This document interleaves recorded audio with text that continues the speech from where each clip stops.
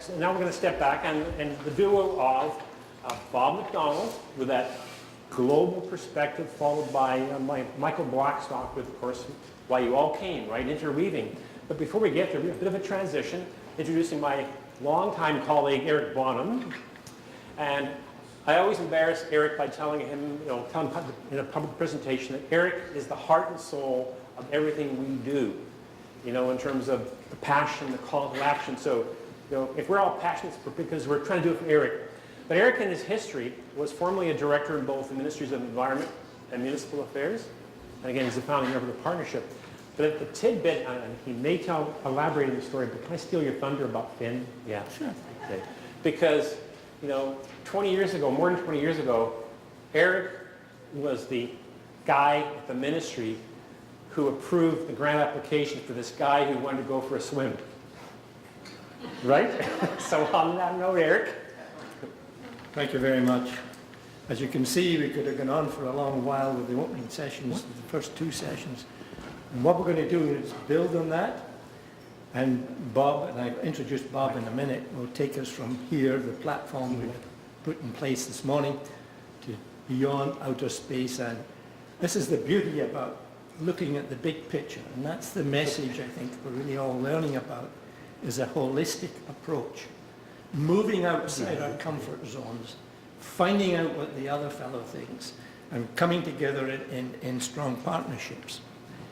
The words I heard this morning from the two groups, the two people who spoke, range from big picture, climate change, food security, collaboration, cause and effect, attitude shift, respect, partnerships, stewardship, innovation, and networking.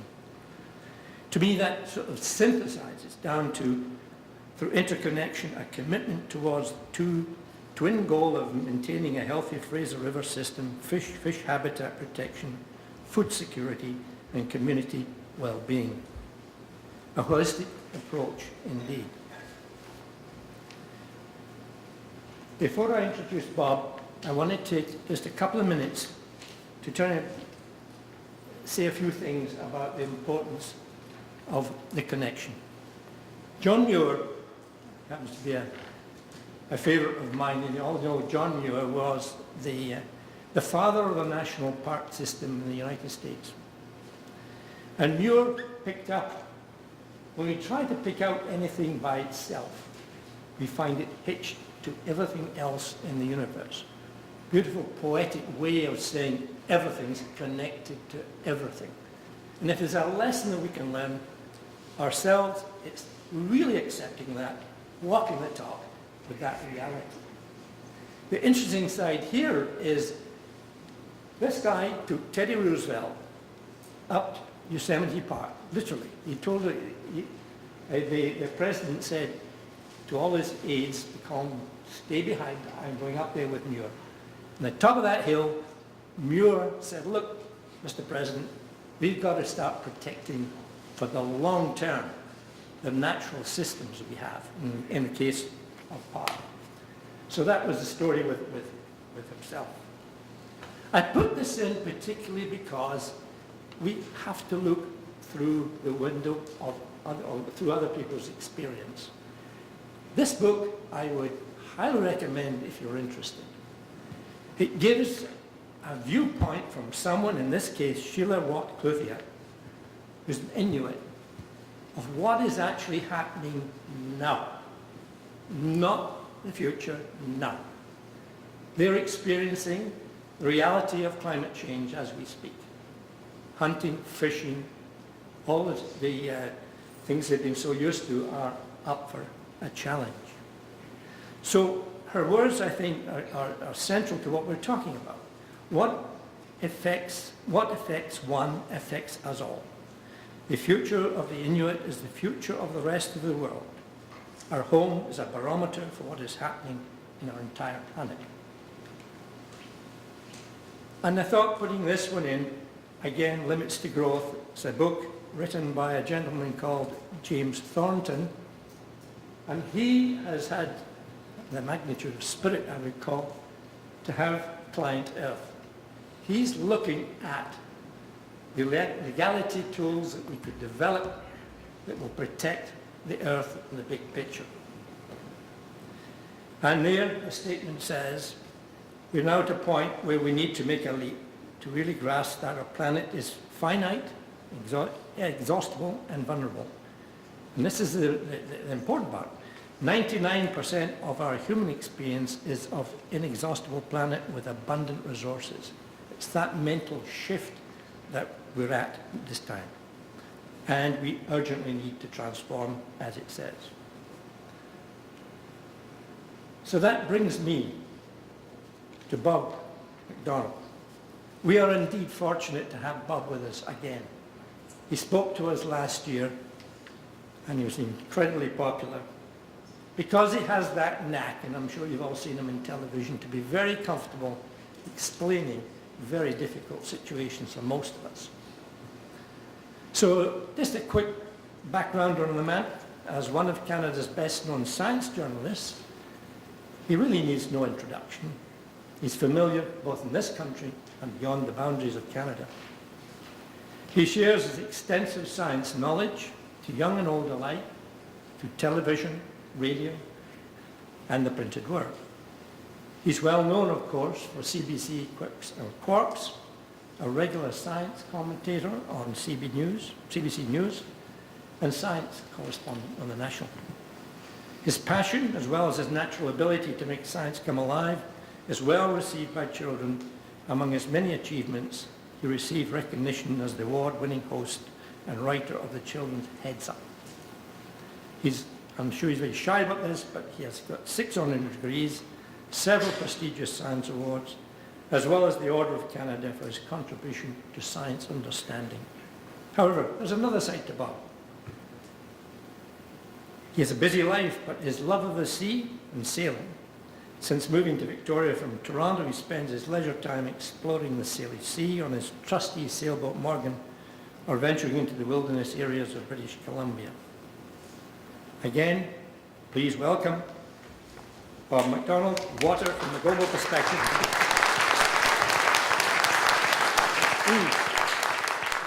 Hello, everyone. Thank you very much, Eric, for kind words. I'm delighted to be here at this very important conference, and I would like to step away from the local perspective that we've had so far today. It's been just incredible listening to Finn and Ted talk about British Columbia, the Fraser River, and the agriculture and local issues that we have. But I want to pull back from that to sort of underline the importance of your work and why it's so important from the biggest perspective we have, which is global. And when I was born, we didn't know this.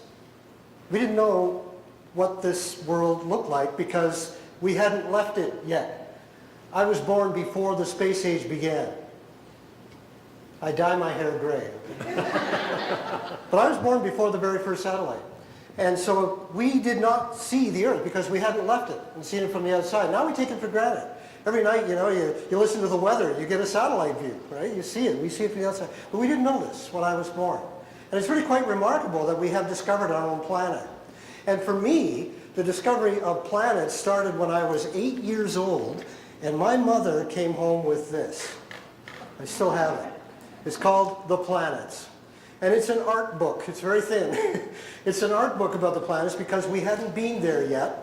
So this book sort of describes what we thought they would be like. And it's pretty good. It still holds up today. They got a lot of it right.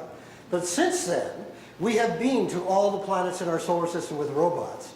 And it's been an exquisite pleasure for me to be alive as a working journalist covering the actual missions out to the planets. So to see the things that I dreamed about when I was a kid. But what that book did for me was, even at 8 years old, in reading that book, I understood that this is only one version of planet.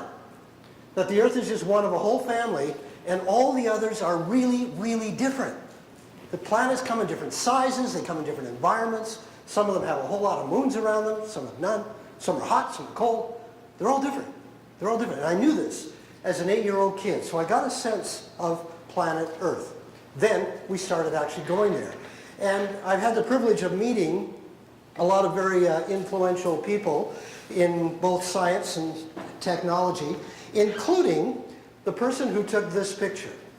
Now, this was the very first picture of the Earth taken from another world. It was in 1968 when Apollo 8 left the Earth and went to the moon. They didn't land. That was Apollo 11 later. 1968 was the first time that humans left planet Earth and saw it from the perspective of another heavenly body. We've never ever done that before. And it was only the people who went to the moon, 24 humans, and only 12 of them walked on the moon. Those are the only people to see the Earth as a whole. You cannot see this today. If you go up today on the International Space Station, you're only 400 kilometers up. So that's what? Here to Kelowna? Here to Revelstoke, maybe?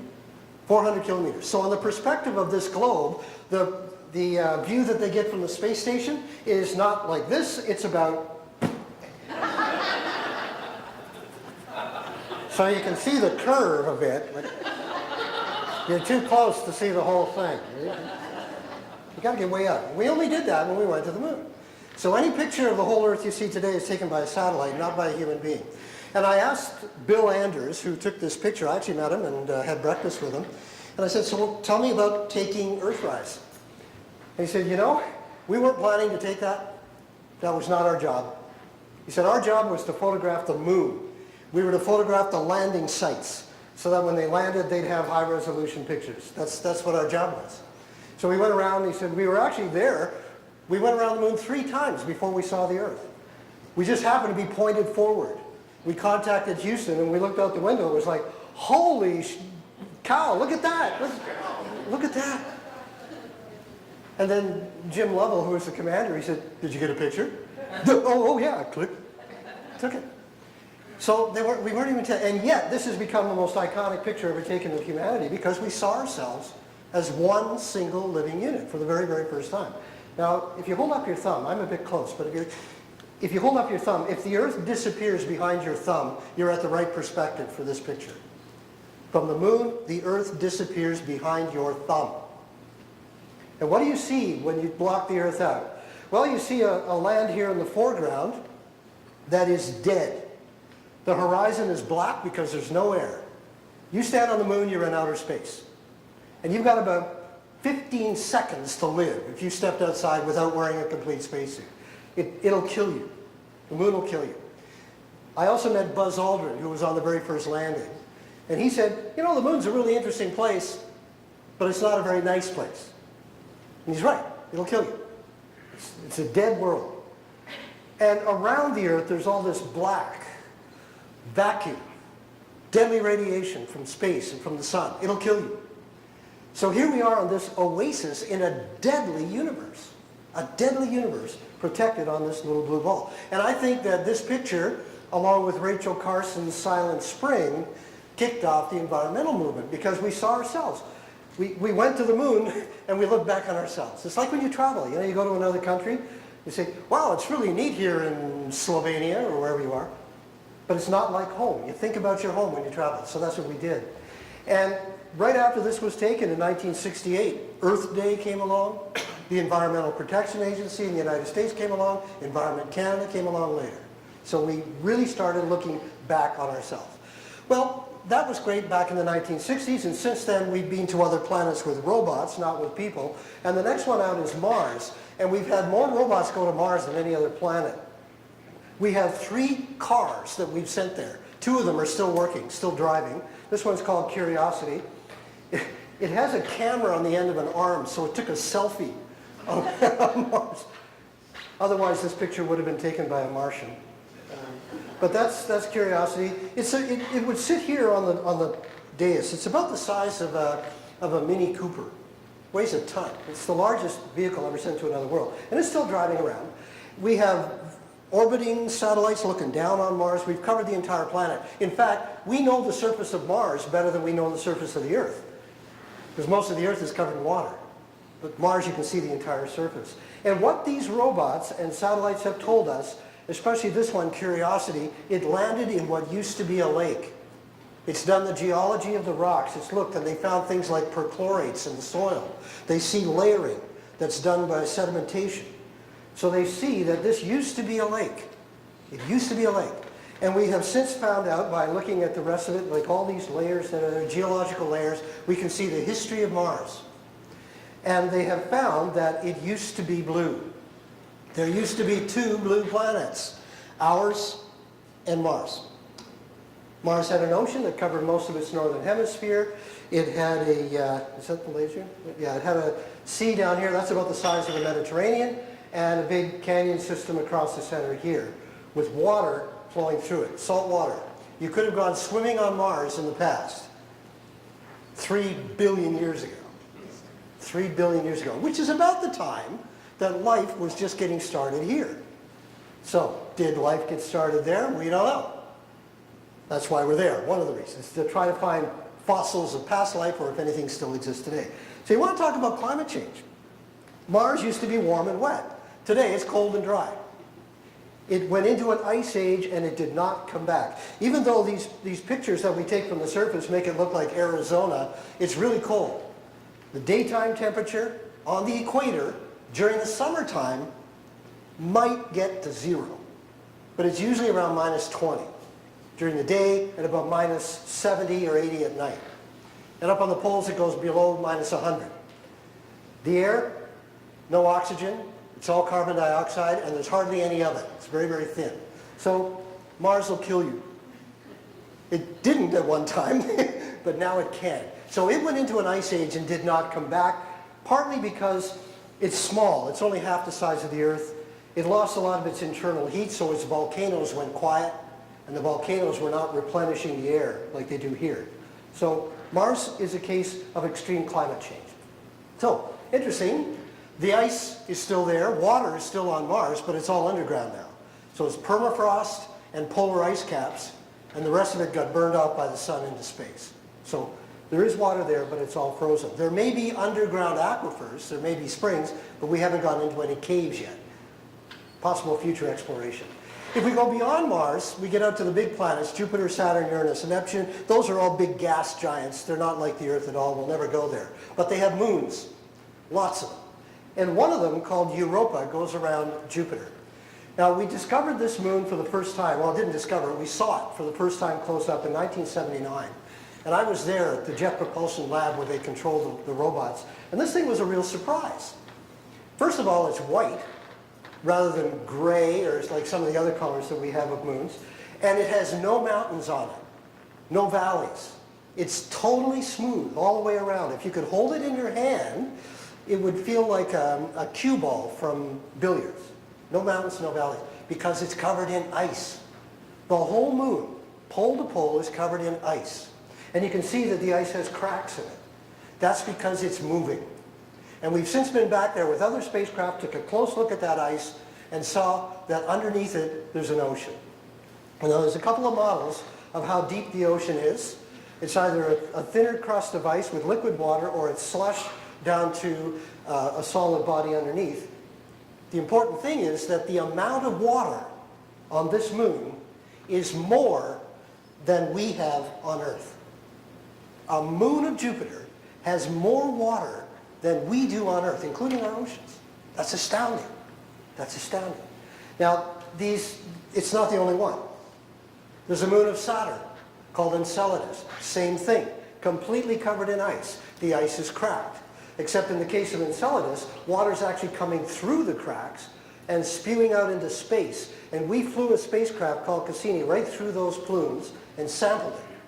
Not only did we see water ice, but we saw organic chemicals, organics, on a moon of Saturn. And they saw similar chemicals that are released by hydrothermal vents that we have here on Earth, the bottom of our oceans. In cold water, where you get geological activity, the water seeps into the crust, comes up through cracks, and you get these black smokers. And some of the chemicals that some of the chemicals that we see here are in the plumes of this moon on Saturn. So, are there animals there? Are there tube worms? Are there crabs and clams and the things that we see hovering around these hot water vents at the bottom of our oceans, where it's totally dark all the time, where the water is only 3 degrees when you get away from the vent? Oases of life that don't depend on the sun. These use chemosynthesis rather than photosynthesis. That's amazing. So is it happening inside these moons? We got to go back. I think they should send some Canadians up there to do some ice fishing. We're going to drill some holes and drop a line and see if we catch anything, right? So that's the plan. Europa is one of the big targets now for the next planetary exploration, to go back there and try to get a better handle on that ocean. And those are just two. We think there's at least 6 worlds, 6 moons in our solar system that could have oceans inside them. That's amazing. That's amazing. So water's pretty common. Water's pretty common in the solar system. And just 2 years ago, we went to Pluto for the very first time, 2015. We flew by it once, and we got this amazing portrait of it. It turns out Pluto, also made of ice. But the ice on Pluto is the ground. It's solid. It's so cold out there that the ice is as hard as steel. It forms the ground. And on top of that are 2 other forms of ice.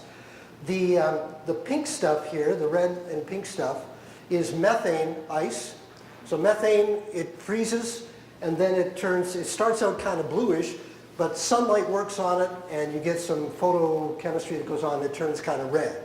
So that's the methane ice around here. And then this other whitish stuff here is nitrogen ice. Nitrogen ice. You're breathing nitrogen right now. Most of our air is nitrogen, right? It's only 20% oxygen, 80% nitrogen. On Pluto, our air would freeze. And it forms these big glaciers that move. We saw this stuff moving around. And the interesting thing about nitrogen ice, it looks like snow, but you could not make a snowman out of it or a snowball. Because if you pick it up and you hold it in your hand, it'll slowly drip through. It's actually gooey. It's different. It's ice, but it moves. Sort of like our glaciers do, but they're very slow. It's like a quick glacier, so it would drip through your fingers. Nitrogen ice. And this is what we saw on Pluto. It turned out to be an incredibly diverse world. We also saw mountains on Pluto along here that are as high as our Rockies. 15,000 feet, made of ice. Ice. Can you imagine? Talk about a crystal mountain. 15,000 feet. It's made of water ice with nitrogen ice glaciers flowing down and forming these huge plains. I'm not making this up. This is real. So again, water. Water is everywhere. And we also found that Pluto has an atmosphere with lots of layers in it, a methane atmosphere. Just incredible. So water all the way out to the edge of our solar system. As we look out, we're now seeing other planets going around other stars. And we're up to about 3,000. We're over 3,000 planets now that have been found going around other stars. And this one called the TRAPPIST system got a lot of attention last year because there are 7 planets, and they're all pretty much within what's called the Goldilocks zone. They're just the right distance from their star. They're not too close to be too hot. They're not too far away to be too cold. They're just right for water to exist on their surface. So are they Earth-like? Are they going to be Earth-like? If they're going around the sun, they're in that habitable zone like we are, will they have oceans and continents like we do? Probably not. Because it turns out this star that they're going around is called a red dwarf. It's smaller than our sun. It's dimmer than our sun. And to get into that Goldilocks zone, you got to be really close. Really, really close to it. Closer than Mercury is to our sun. And when you do that, something happens to a planet. So let's suppose this is one of those planets, and I'm the star. I'm the star. The way we go around our sun is that the Earth turns like this as it's going around. We do 365 days in 1 year, right? So that's how we're going around the sun, like that. But if you're really close to your star, you get gravitationally locked so that one face is always towards the star. So its day is the same length as its year. So it goes around like this. Okay, so it's always got one side towards the star and one side away from the star, which is what our moon does to us. The moon, we always see the same side of the moon, right? We don't see the far side. They call it the dark side, which is wrong. It still gets sunlight, but it's just that it's going around just like this. So if you are doing that, what that means is that one side of your planet is going to be a desert because the sun never sets. The sun doesn't rise or set. It's always in the same spot in the sky. Day in, well, you don't have any days. It's all days, no nights. The only way you can make the sun move is for you to move. You got to walk around your planet to get the sun to set. And the other side is going to be a frozen like the Arctic in the wintertime. It never sees the sun. So you're going to have one side of the planet permanently frozen, the other side a permanent desert. What kind of weather are you going to get there? Would there be a boundary between the two where you could have a green spot? Maybe. I don't know. But it's going to be very different. It's not this. It's not this. So yeah, we're finding really interesting planets out there, but we haven't found another Earth yet. Now I believe they're out there. I believe they're out there. The numbers are just so big that there have to be other Earths out there somewhere in space. And by the way, we also see clouds of gas and dust in space, and one of the big ingredients of those clouds is water. So water's everywhere, right? But the problem with finding another Earth is that even if we do find one, it's going to be very, very, very far away from here. Hundreds of light years, dozens, hundreds of light years. So that means we can't get to it. We don't have rockets that can get there in our lifetime.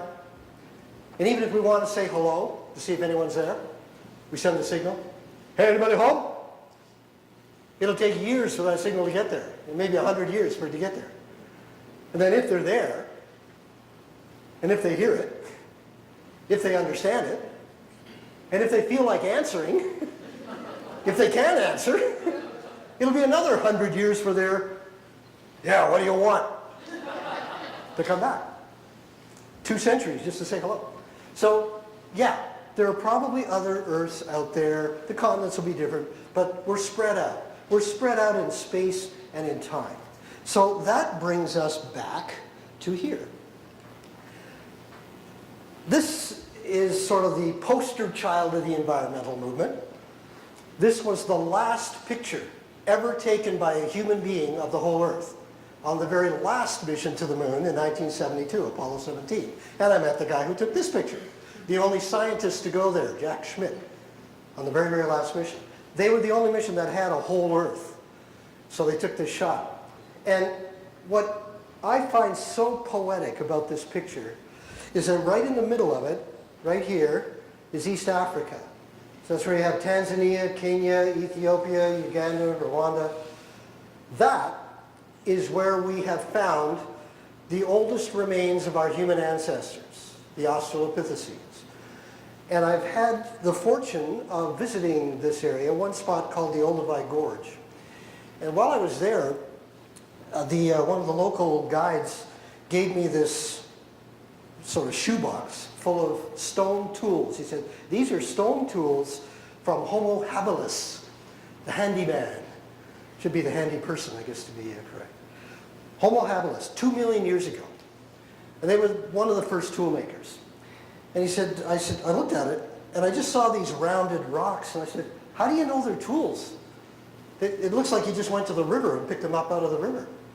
He said, well, somebody did go to a river and pick them up. But look at one. And he held it up, and he said, can you see how the edge of it's been chipped to make it sharp, a sharp edge? Said, oh yeah, I can see that. And it had actually been worked. And then he handed it to me. He said, here. And I held it in my hand, and it fit. It fit my hand. And suddenly, I was connected to someone 2 million years ago who used that stone tool to make dinner. Scraping meat off bones. It was a good chopper. And it had been carefully selected to fit right. So this picture of where our technology began, where technology, and stone tool technology began, this picture is the last picture of ourselves taken by hand, by a person holding a camera.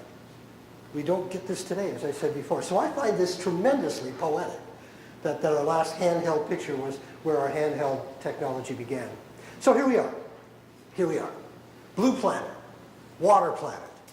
But how much water do we really have on planet Earth?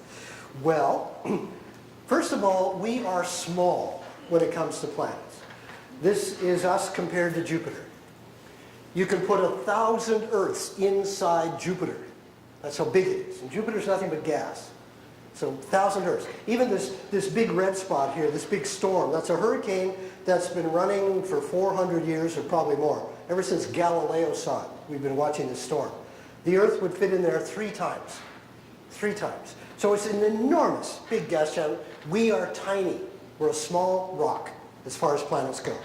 And This is what the U.S. Geological Survey did as an interesting little exercise. If you were to scrape all the water off the Earth and put it into one drop, how big would it be? That's it. There's all of our water in one drop. The big one is the salt water, and that's the fresh water there. So let me put this into another perspective. And this is something that I ask you to steal. I do this for kids. It's a fun demonstration to do with kids to give them this perspective. But I need a volunteer to help me out. Oh, okay. Oh, good. I'm always happy to see willing volunteers. Hello. Say hi. Take a bow. Okay. Okay. Now, you are going to represent all of humanity. All 7 billion and counting. Right? Okay, so you represent all of humanity. And this glass of dihydrous monoxide, 2 hydrogen, 1 oxygen, is going to represent all the water on planet Earth. Okay? So there's all the water. Okay, don't do anything. Hang on. So there's all the water on planet Earth. Stephanie represents all of humanity. How many of these glasses are we supposed to drink a day? What is it? 8. 8? Do you drink 8 glasses a day? Anybody drink 8? Oh, 1? Yep, good on you. Nobody else. 8 glasses of beer a day? Okay, so 7 billion of us, 8 glasses a day out of all of the water on the Earth. How much is actually available to humanity? How much can we drink? Okay, Stephanie, go ahead. Oh, wait. Thank you. I'll put that back. That was good.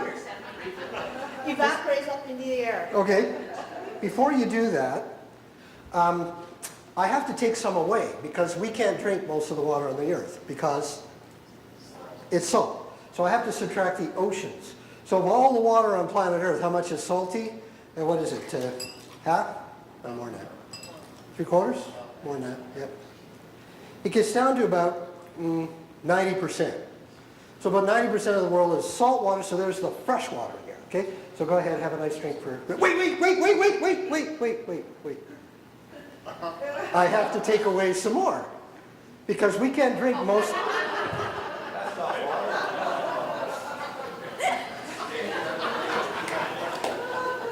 We can't drink most of the fresh water in the world. And not because she's been in it. Do you know why? Most of the fresh water is not available to us because it is frozen. It is in Antarctica, Greenland, and the glaciers of the world. We're doing a good job of melting it, but at the moment we can't. So of the fresh water in the world, of that 10% that's left, how much of that is frozen? What do you think? Half? More than that? 3/4? More than that?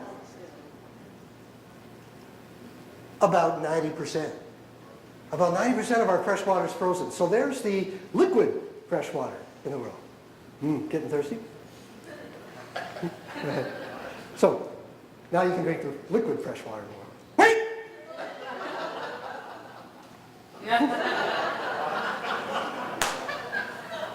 Little kids don't do that. Okay. I still have to take some more away. Because of the liquid fresh water in the world, there's some we can't get to. It's in deep aquifers. Not groundwater, but deep aquifers. So I got to take away the deep aquifers. What's that goober hanging on the end? Okay, still some. Then, there's water that's in the plants. They're using it. So it's in the stems and leaves of plants. I have to subtract that. And one more. Any guess? We can't get to? It's in the air. It's in the clouds. It hasn't fallen as rain yet. We cannot get to that.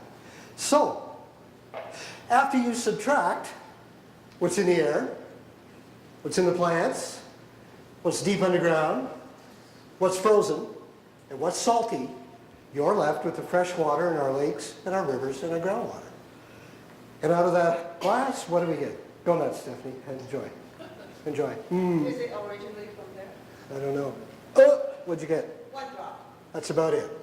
1 drop out of a glass. 0.003% of all the water in the world. 1 drop is all we get. Thank you very much, Stephanie. You were a wonderful volunteer. And you know what's amazing? Well, there's a couple of things that are amazing. This water, this dihydrous monoxide that we have here that I'm not going to drink, is the same water the Earth has always had. We don't get new water.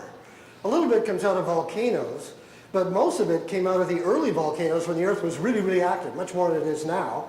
And it came from comets that fell from space. So this water's been recycled again and again for 4 billion years. It's the same water. It's as old as rock. That's astounding. So these water molecules have been through a dinosaur. Would you like a drink now? It's been through the ancient Egyptians and Babylonians and Chinese and people, in this case, maybe even someone you know, I don't know. It's just astounding. It's just astounding. We're not running out of water. We're not. The Earth has got lots of water. What we're changing is the proportion between what's salty and what's ice and what's fresh. We're losing our fresh water or we're contaminating it, but that one drop is all we have. And that's one thing. The other thing that's interesting is that if you look at the Earth, where is it? Where is all that fresh water? Well, what do we got? Okay, there's Australia. Well, there's a couple of rivers in Australia, but no big lakes. There's Lake Erie in the middle, but it dries up. In fact, I think it hasn't had water in years. What do we got? Asia. Lake Baikal in Russia, the largest lake in the world. It's turning salty because of agricultural runoff and it's shrinking. We've got big rivers in China there, the Yangtze. We've got India, it's got its Ganges River. Africa, Lake Tanganyika, Lake Chad, the Nile River, the Congo River, not bad. Europe, some rivers, some lakes, yeah. South America, you got the Amazon River, and some lakes, a little bit, yeah. North America, United States, well, you got the Mississippi and the Columbia. The lower half of the Great Lakes. Great Salt Lake, no, that doesn't count. Canada, the upper half of the Great Lakes. 10,000 lakes or so in northern Quebec, northern Ontario, all along the Canadian Shield. Lake Winnipeg, Lake Winnipegosis, Great Bear Lake, Great Slave Lake, the Mackenzie River, South Saskatchewan River, the Red River, St. Lawrence River, Fraser River. Of that drop, 20% of it is in Canada. We are the water keepers of planet Earth. We have more water than anyone. 20% of the world's fresh water is in Canada. And here we are talking about, do we have enough for agriculture? We've got so much here. It's obscene that we're wasting it the way we are. It's just obscene. Go to another country. Go to India and see how they deal with water. Go to China, see how they deal with water, where their populations are huge. For the size of our country and our population, we have more water than anybody. And that's why we throw away, 400 liters per person per day or something in Canada? It's crazy. It's crazy. We can fix that. We can fix that. We can manage it by not throwing away as much, by letting it clean itself up. Like I say, it's been recycled for all this time. Just leave water alone. It'll clean itself. As we heard earlier from the lady back here, but don't build a treatment plant. Get the wetlands doing the treatment for you. All that. We can do that. So I'm actually optimistic that we can take care of our water and manage it properly. And we as Canadians have a stewardship issue there. And we can set an example for the rest of the world on how to treat our water carefully. And just one other thing. Not only do we have very little water on this planet, again, if I was to take this ball and put it into a swimming pool, submerge it, and pull it out, the water that sticks to it after I take it out, that's how deep our oceans are on the scale of this ball. Just a film of water. So we basically live on a wet rock, a little wet rock. And that wet rock is not surrounded by very much air. How much air have we got? Well, if you go to our highest peaks, even here in Canada, you go to the very top, you got to be careful because you're starting to run out of oxygen. You'll get dizzy. If you go to our tallest peak over here in Nepal, on top of Mount Everest, you will die. They call it the dead zone at the top because you can die there without enough oxygen. In other words, you can walk out of our atmosphere. You can almost walk out of it just by climbing a rock.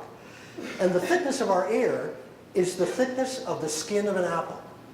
That's how thin the air is. It is a bubble like a soap bubble around the Earth. So we have this thin bubble of air, a thin film of water on a very little rock. And yet here we are.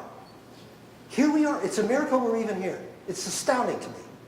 And when you take away all of the ocean area that covers the Earth, only a little bit of the land is sticking above the ocean that we can live on. And of that, look at how much brown there is. You know, the southwestern United States, we got the Atacama Desert, we got the Gobi Desert, we got the Sahara Desert, Middle East, and all these different areas that are desert in Australia. And then we got ice areas at the bottom and at the top. There's not a lot of green. There's not a lot of green space. And here in BC, we're just blessed with so much green and so much water. We are the Garden of Eden. Canada is the Garden of Eden, and this planet is the Garden of Eden of planets. Because every other planet we know of will kill you. It's not like Star Trek. Bugs me, and I love Star Trek. I love science fiction. We really need it. But it always bothers me that whenever they go to an alien world and they beam down to the surface, it's always a really nice day. It's warm and it's sunny. Nobody's wearing a coat.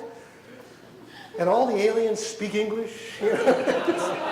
It's not like that.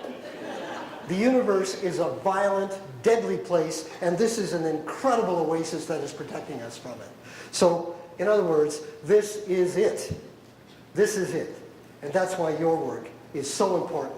To get this word out that what we have here is rich. We're rich in water, and it's just amazing, but it's precious. It's precious in the universe and precious on this planet. So I wish you well in what you do in taking care of it and getting the word out to everybody. Thank you very much. Thank you, Bob. Thank you, Bob.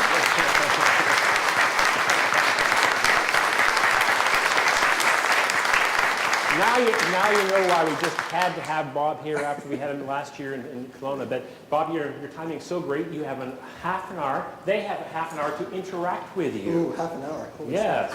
Well, if you want to, we can quit right now. Okay, I'm just a journalist. I'm not a scientist. Yeah, so, okay. Stephanie, you got the mics? Oh, Silence Janet the over room. there. Silence the room. Can you identify yourself so everybody knows who you are, Janet? I'm Janet Dysart with the North Shore Streamkeepers. I read some time ago that we are going to be the place that refugees will come when the world dries. Do you believe that? Yes, I do. Yes, I do. They're going to come to where the resources are. And we have the resources. We have the water, we have the food, we have the energy, and we have the technology. And yes, we are going to become a haven, and I think even more so in Canada because the United States is going to close its borders to immigration. We're already seeing it happen. So I think Canada is going to become a haven for immigration, and that's our heritage. As I look around this room, just about everyone has roots that come from another part of the country. There are only a few people here who are true native Canadians. What I was referring to is that we will have the water and they'll need it.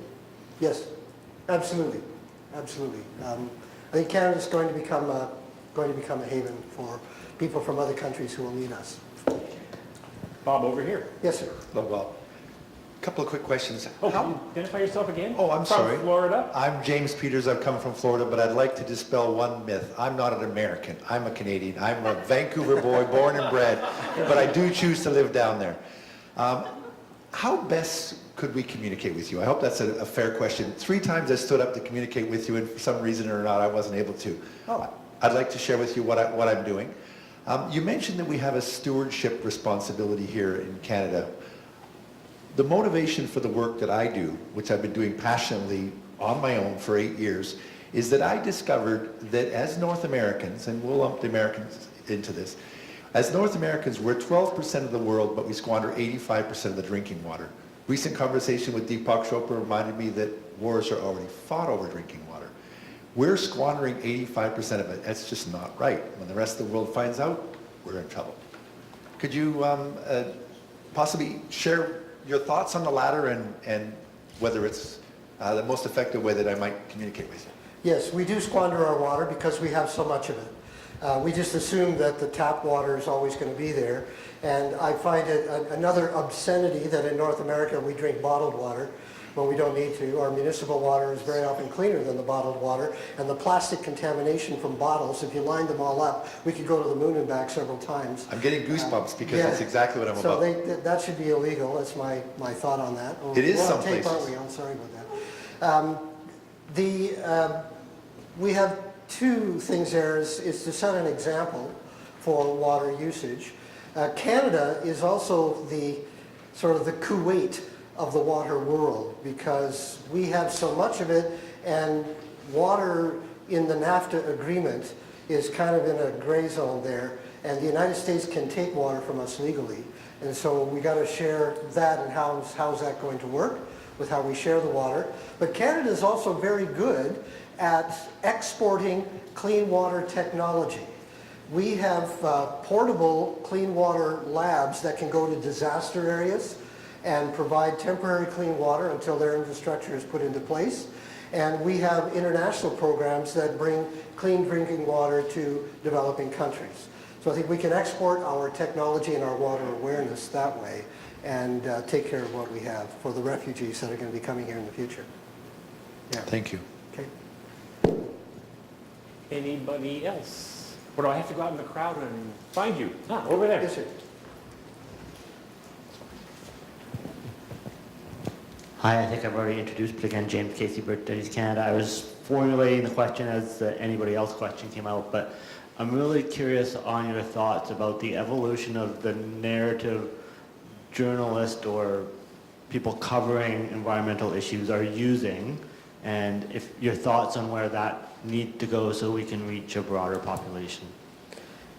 My very first documentary that I did for CBC Radio was on climate change in 1978. 1978.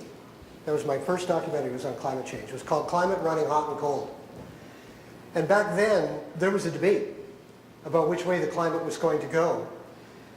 Because the Earth has been through 5 or 6, some say even 8 ice age cycles, where we get cold for 20, 30,000 years, then we get warm for 10, and then it gets cold again and warm and cold. The last time it was cold here was 12,000 years ago, so we're overdue for another ice age. We should be getting colder if that cycle continues. So there was a group of scientists saying it's going to get cold. And back in the 70s, there was another group saying, yeah, but we're putting greenhouse gases into the atmosphere that's going to tip that, and it's going to go the other way. So there was a debate. 1978. So that's how long I've been covering climate change. And it was always, as Kim was saying at the beginning, it was always in the future. You know, well, it's going to go up, it's going to do this, and it's going to do that. We've spent all of our time since then pointing out the problems of climate change, and that it's real. And we've been fighting a well-organized and well-funded campaign of climate denial, which really just put seeds of doubt in the public mind to try to slow things down. I think we're past that now. I think now we're into the stage of acceptance because we're seeing it. It's in our face. We're seeing gigantic icebergs break off Antarctica and float out to sea, icebergs that are the size of countries. We're seeing the ice disappear at the north. It's interesting, right here in Vancouver, you go to the Maritime Museum, there's the San Rock, which is a ship that the RCMP, it was the first ship to go across the Northwest Passage. It took them, what, 2 years to do that? Because they kept getting stuck in the ice, right? 2 years. Now we got cruise ships going through there. So we're seeing the Arctic ice disappear. We're seeing all the changes in the north with the warming up there that's happening faster than anywhere else. We're seeing shifting ocean currents, all this stuff, it's in our face. So now I think the narrative of journalists should be, what do we do now? How do we adapt to a warming world? And how do we mitigate that warming? And the answers are there. Science has answers to things like that. We have alternative ways of keeping ourselves warm. We have other ways of turning wheels in vehicles that do not involve fossil fuels. So it's a matter of emerging that technology. And I think we need to change the narrative from a doom and gloom, which is what it's been since the 70s. We're all going to die. And if I get depressed sometimes if I do too many environmental stories. I think we're all going to die. But then I think, no, we're smart. We're smart. We left the planet and got this. We saw ourselves from the outside. What a remarkable accomplishment. We're really smart. So I think we can evolve our technology. And let me give you an example of how we do that. I do a whole other thing called evolution, not revolution. So when you think about the climate change thing, ooh, well there's the white hats and the black hats. So the white hats are all the tree huggers, and the black hats are the evil oil empire. And if you try to fight, it's all polarized. And you end up with this, a revolution is when you have a fight, people get hurt, and everything happens at once and there's chaos. Now, you'll come to a new equilibrium later, but it's a hard way to do things. Evolution is where you take what you have and you just evolve it into something better. And we've already done this with technology. We've done it with other technology. You take music. So it used to be that if you wanted to hear music, you had to be in the same room as a musician. You want to hear Mozart, you got to go visit Mozart, let him play, or whatever. Live concert was the only way you could hear it. Then Thomas Edison came along with the wax recorder, which was a device that had these wax cylinders, and it acted as both a recorder and a playback. So that there's a needle, and it makes squiggles as you play the music, and then you can play it back. So now you can play music at home anytime you want. The problem was the wax was soft and it would wear out. So then they went to plastic cylinders, and they're about this long, about that big around. And you get one song on it. It would go from one end to the other. But they take up a lot of room if you stack them. So then they went flat to discs, and we had 45 RPM with one song on each side. Then we went to bigger discs, 33 RPM. You get a half an hour on each side, made of vinyl. They last a bit longer. But then they wear out. We went to tape. We went to tape because you can get more time. You can record it yourself. Then we went to cassettes to make them small and portable. Then we went to CDs, which are great because there's no noise, no pop, perfectly clear sound. And then we eliminated moving parts altogether with MP3 players, which is just a thing. Then we went to an iPod, and now you can do it on your phone, and you can have all the music in the world on your phone, listening through noise-canceling, high-definition earbuds, but you're still just listening to Mozart. You're still just listening to music. So the technology evolved, it improved, it got better. So why can't we do that with transportation? Why can't we do that with transportation? Because the internal combustion engine has had its day. It's had 150 years of development, and we're still using it. And what bugs me about the internal combustion engine, it was great in replacing steam, but now, even if you drive a tiny car with a little engine, at best, am I going over time? No, you got time. Am I okay? Yeah. You got lots of time. So this is a hot spot for me. The internal combustion engine is only 20% efficient, at best, 20%, which means it's wasting 80% of the gasoline, the energy in the gas. It only uses 20% of the heat to turn the wheels. The rest of it goes out the tailpipe and out the rad. So if you think about that, we call that good. We say this car gets great mileage. No, it doesn't. Maybe compared to a big SUV it does, but a small car, it doesn't get good mileage, 20%. Think about it in dollars. If you go to a gas station to fill up your small car, and it costs, what's it cost to fill up a small car? Is it about 50 bucks maybe? 40 bucks? 40 bucks, okay. 40 bucks. So 20% of 40. 8. 8? There are three kinds of mathematicians. Those who can count and those who can't. Okay, 8 bucks. So how would you feel if you were filling up your car, you fill it up to 8 bucks, then stop, take the nozzle out of the tank and point it at the ground, and pour 32 bucks on the ground? You'd be arrested for polluting, for wasting gas. But that's exactly what we do. We throw away $32 in heat, and we use 8 every time you fill up your car. That's stupid. So either we got to find engines that take 80% of the gas and burn it totally, which would also take care of a lot of the emissions coming out the pipe. That's why they're so dirty. They don't burn all the gas. All this crap comes out the tailpipe. So that's an evolution. Just get something else under the hood that burns better, or something that doesn't burn fossil fuels at all, and we have electric cars. But then where's the electricity going to come from? So on and on. But we can do that. That's just engineering. So we've done it with some technologies. We've done it with computers and the internet. We've done it so many other ways, but not transportation. So we can do that. That's where the narrative's got to be, pointing to sensible solutions to the future. A long answer to your question. Sorry. Got me on there. So Bob, we have 3 questions lined up, but I'm going to give 2 people a heads up, and I'm going to come back to them and put them on the spot. But my name is Shadow of Town of Gibson's, and Peter Steblin of Coquitlam. So after we have these next three, because I want you to pass, local government people, I want you to pick up on this perspective about standards of practice and how we turn things around over time through cumulative benefits, not impacts. That's your heads up. Who was it back Okay. here? Oh, Hey, hi, Michelle Sam from Upcom. So I figure you probably have an opinion on rainwater harvesting that I'd like to hear. Rainwater harvesting. It's great. It's free rain and free water that falls out of the sky. And I know in Toronto, where I lived for 40 years of my life, they introduced a rain barrel program that was subsidized by the government and encouraged people to do that for watering their lawns instead of using water from the system. So I think it's a fabulous idea.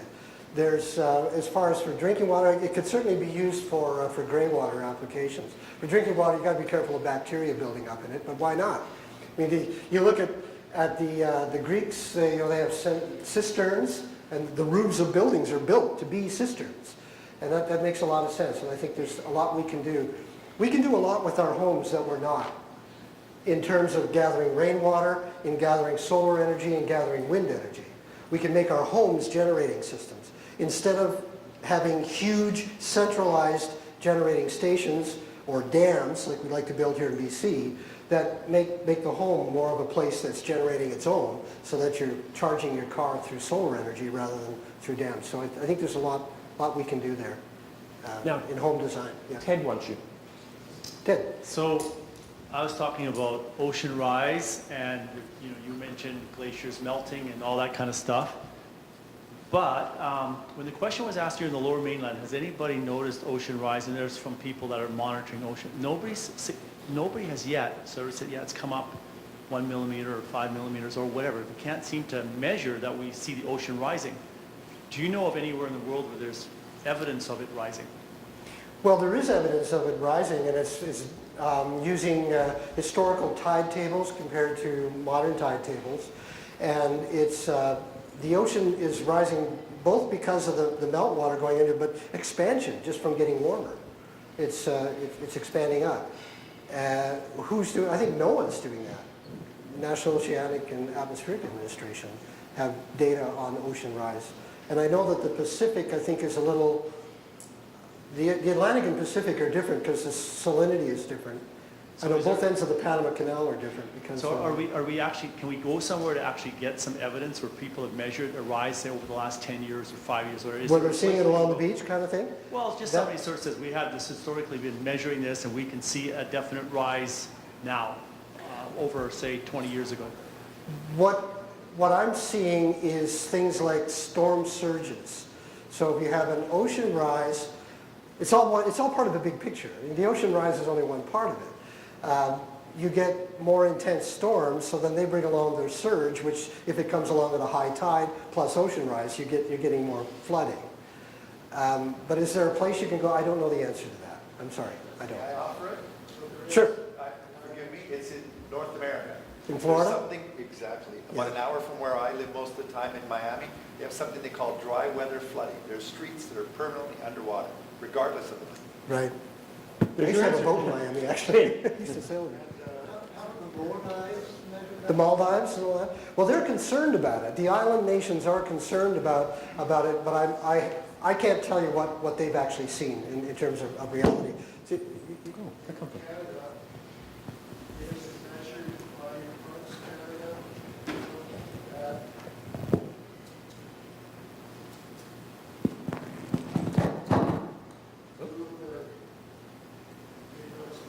Okay, so by Parks Canada and Nova Scotia, yeah. Yeah, no, it's a worldwide global network that looks at tidal and buoys, and it's quite a large. But where you can actually physically see it, I'm not sure other than Florida. Yeah.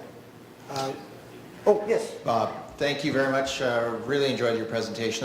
Your talk about technology here in the Q&A it's not necessarily a water issue, it's a climate question about the amount of carbon in the atmosphere. What's your take on decarbonization? Have you heard or read or researched much about this new technology? Yeah, the decarbonization is more of a political issue than it is a scientific one.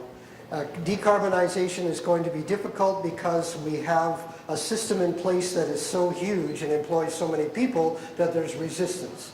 So if we suddenly just went off fossil fuels tomorrow, we would probably take the world economy with it. As you think about the number of people that drill for oil, transport oil, refine oil, ship gas, ship all the products, sell it, distribution of oil products and all the associated oil industries, and then the people who build cars, sell cars, maintain cars, and drive cars, that's a lot of our economy is built on it. So to get off that immediately would be very difficult. However, I meant to pull the carbon out of the atmosphere. oh, to pull the carbon out of, oh, you mean like sucking it out of the air? There are a number of projects to do that. There's also geoengineering, where we can spray sulfur particles in the upper atmosphere to try to prevent the sunlight from heating up the Earth. But to me, that's reverse engineering. That's the wrong end of the pipe. It's better to get at the source. Get at the source. The analogy I like to use is being in an elevator with a crowd of other people, and somebody lights a cigar. Now, you're going, oh my God, that's really awful. I don't like that cigar smoke. And someone else comes up with a solution, which is air freshener. And they spray the air freshener around and say, there, it smells okay now. So you're using one pollutant to solve another pollutant, whereas you could just ask the person to put the cigar out. So we got to get to the source for decarbonization. Yes, these other projects like sucking carbon out of the atmosphere and all that, I don't think they would be big enough, that the scale would have to be huge, the amount of energy involved in building them and maintaining them would be huge.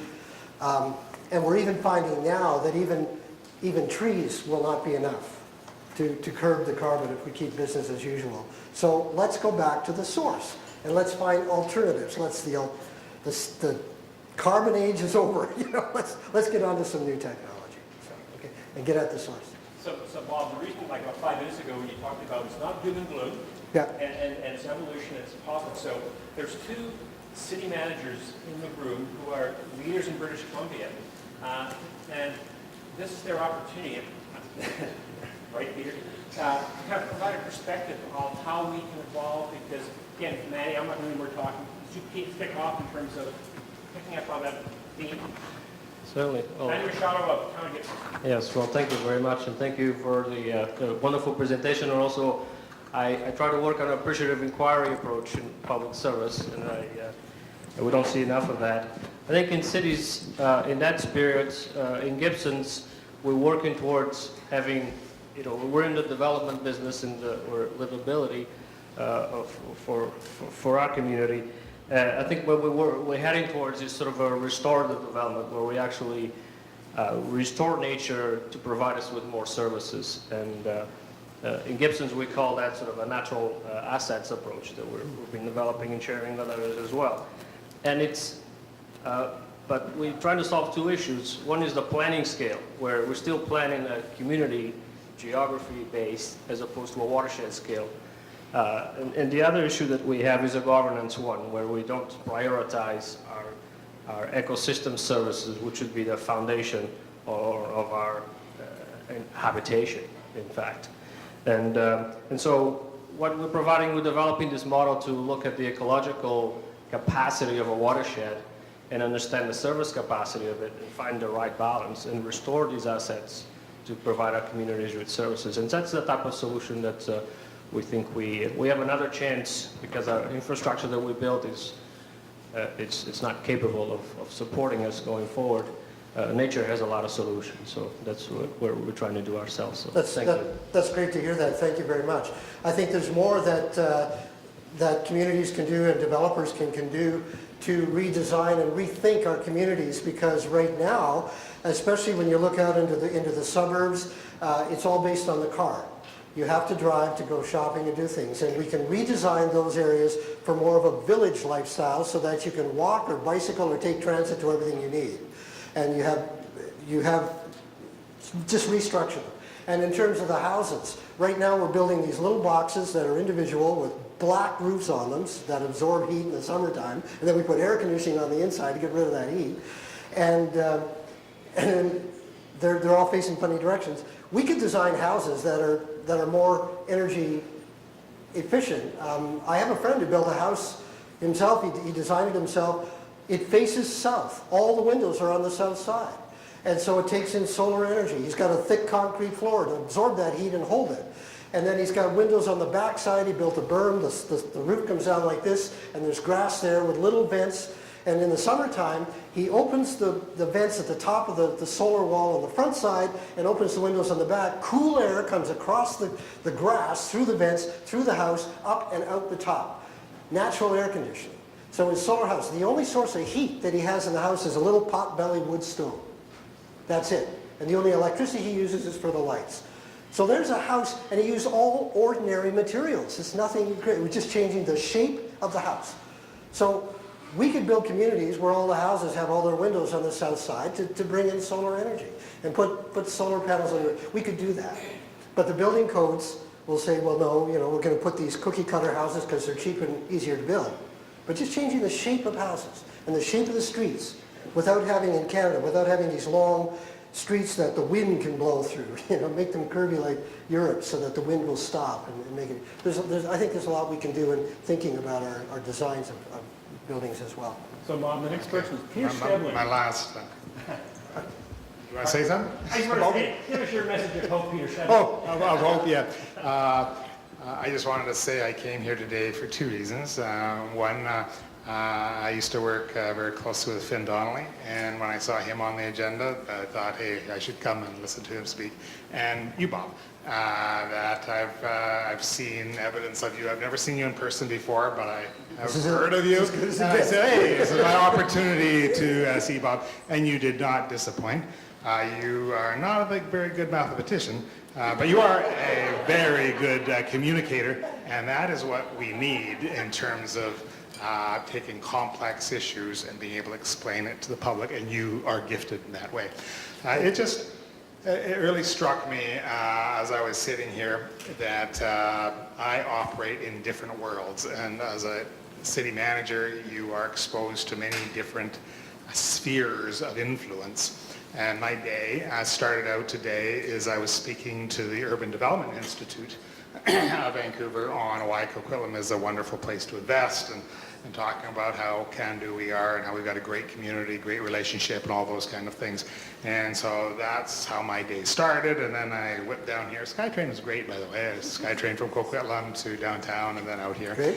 I caught most of Finn's presentation, and I've caught yours. But it really strikes me as society goes into tribes, and so the two tribes that I've seen today, and I can communicate and I can go back and forth between a whole pile of different tribes, but you have the development tribe and you have York tribe, which is, and you are a tribe, by the way, that you look at life from a very different perspective.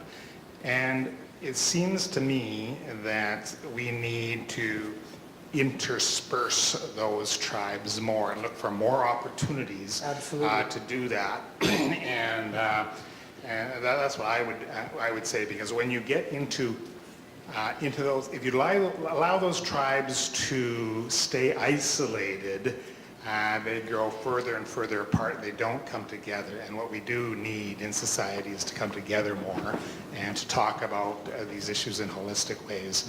And so I don't know what the solution is, because whenever you have conferences, it's sort of one group or the other group. There aren't that many opportunities to really look for those kind of balanced opportunities. You are well positioned to do that, and you do that, so I thank you for that. But that would be just a comment that I would make. I couldn't agree with you more. Because that's what I was saying about white hats and black hats. You don't want that, because that leads to conflict and revolution. We do need integration. Know your enemy if you think of them as an enemy. I gave 2 talks in Toronto at an energy conference, and they were both in the same building. Upstairs it was solar energy people, and I gave a talk to them. Downstairs it was nuclear energy people. And they weren't talking to each other. And the nuclear folks were sitting down there saying, they can't exist without us. We're providing the base. This is Ontario, right? And then Ontario's nuclear base. They said, we're providing the base load. And everything that they have right now cannot meet what we're providing. So they need us, but yet they weren't talking to each other. And so we do need to integrate as much as possible and evolve rather than revolutionize. Yes, I agree totally. So No Bob, polarization. we have time for two more. And the next one, actually, I'd like to call on another local government rep, Ron Seppi, who's the general manager of both engineering and planning in the township of Langley, because in terms of the message of hope for this workshop, go for it. Thank you, Kim. And it's a pleasure to be here. I will echo Mr. Stebling's comments in terms of why I'm here. Two reasons, yourself and Mr. Donnelly here. In terms of experience of the township of Langley, I guess three things that make us unique. We're all unique. Every community is unique. But one, we have 75% of our land mass is in the ALR, agricultural land. 75% of 300 square kilometers. The second reason why we're unique is because we have the fastest rate of growth in the whole province of BC, 3% per year on average. And the third reason is because we rely on groundwater resources, unlike many other municipalities who get their water from the reservoirs, the GVRD reservoir, Metro Vancouver. We rely on 50% of our water supply in our groundwater. With that, I guess the other interesting things that have happened in the township of Langley that I'd like to share. One is we realized many years ago, about a couple of decades ago, what was referenced earlier by Eric, in terms of our connectedness. And everything is connected in the world. Curb and gutter connected to polar bears. We realize that in terms of our actions and how we do business. The other thing is how we rely on everybody. We need to rely on everybody to make sure that we are successful. So the first one was what we might call the butterfly effect. The second one is what you might call it takes a village to raise a child.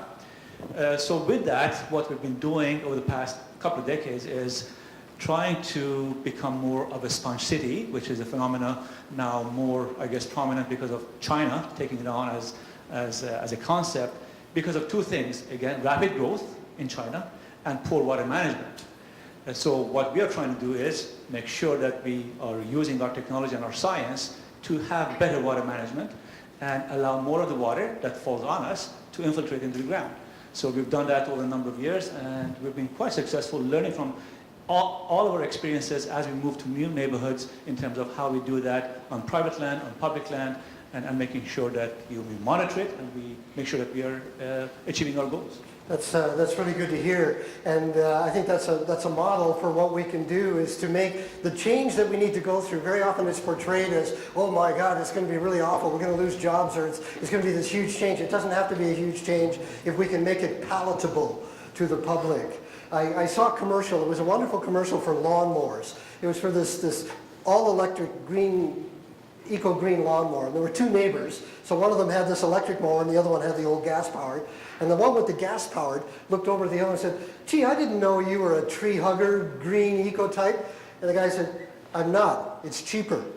It's cheaper. And I thought, yes, yes. Make green cheaper. So from a government point of view, let's put the subsidies away from oil companies and towards alternative energy, give them the tax breaks so that their products are more accessible to us, get the education out there that, hey, you can buy these things and solar panels are not as expensive as they used to be, the price is coming down, and make it kind of cool to be green and be proud as a community. We're a green community, make it proud. Hey, what a great thing. Then it doesn't hurt. It doesn't hurt. You can see for real that we can make the change to a more sustainable world without killing ourselves. And we can do that. Vanessa, the 1 minute finale. That's the whole. Okay, Yeah. very quickly. Thank you so much for everything that's been shared. My specific interest is in the narrative, and I believe that before we can have technological evolution, we need to have narrative evolution, and the stories that we tell each other need to evolve. So I very much agree that we need to move beyond tribalism and polarization and also doom and gloom. And it's not just a strategic thing. It's psychological as well, because I think the next generation needs to be empowered to be problem solvers and to be so excited about these sorts of solutions, not to have the kind of doom and gloom cloud overshadowing that. And what I would like to say is that I've learned that for every problem that we mention about climate change, we ought to say 3 things that might be a solution to that. So I think also the tone of how we talk to each other is really important. And I just wanted to conclude by saying my favorite line that you said was, life is a miracle. And your energy and enthusiasm around how miraculous it is that we're alive And because water is the substance that makes life possible, I think that's the sort of energy and inspiration that we need to be carrying forward, and I will do that in my work. Thank you. Thank you so much. Thank you so much. Thank you, Bob. Yeah, and let me just leave you with that one last message. I want to take up on that, and that is young people.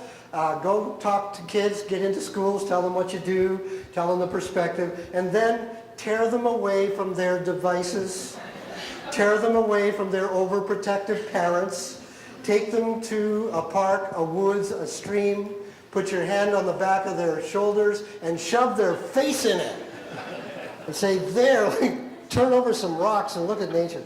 Kids are nature deprived, so get them out there and let them appreciate just how precious this thing really is. Thank you so much.